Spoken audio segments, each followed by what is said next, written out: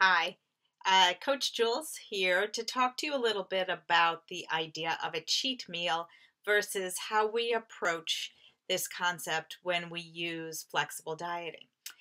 When we use flexible dieting, we eliminate the concept of cheat because there are no cheats. Cheat implies you're doing something wrong. So, in flexible dieting, there is nothing really wrong if you are eating to fit your nutritional goals, which are your macros. But what you have is the option with the flexibility of making choices of where your foods come from.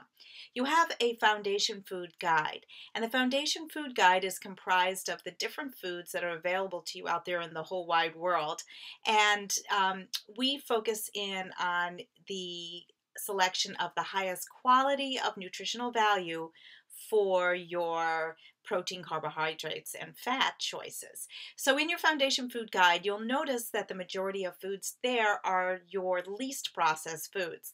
They're the ones that are found out there in the world pretty much as they are with minimal processing. So things like dairy products, you might see Greek yogurt and cottage cheese on there. You might see whey from your whey protein powders. You'll see multigrain breads and things like that, which are minimally processed. We're talking about not having a lot of additives and ingredients if you looked at the labels. So I often will talk about things that are your uncomplicated foods, and those are what we call your foundation foods. Then we go on and we have our more complicated foods, or as Coach L likes to call them, our fun foods. I love that term, fun foods.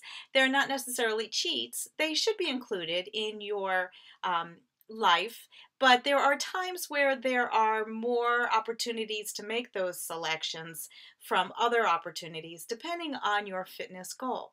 So, your coach will send you a foundation food addendum, which will help you understand what percentages of your total food intake might be able to come from some of those more complicated foods or those fun foods based on where you are in your program.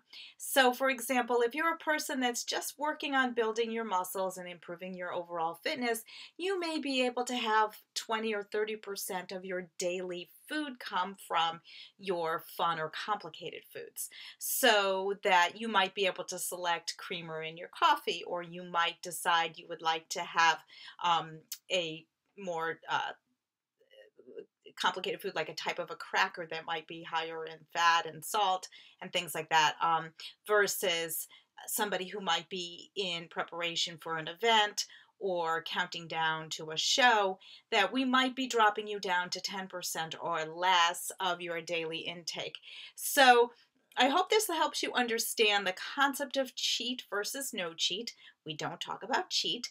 We talk about hitting your macros or going over or not hitting your macros. Of course, those all will have an effect on your results over the long run, but also understand that it is a law of averages. Some days we hit our numbers right on the head, and other days we get close. Maybe a little more, maybe a little less. We look for consistency in your patterns, and sometimes we have to make changes based on the fact that we don't see results, but we only can if you stay consistent with what we give you. So hopefully this helps clarify the concept of cheat versus no cheat. And again, if you would like more clarification, just ask for that worksheet from your coach, or you can email me directly and ask for that Foundation Food Addendum Guide, and that will help you along your way.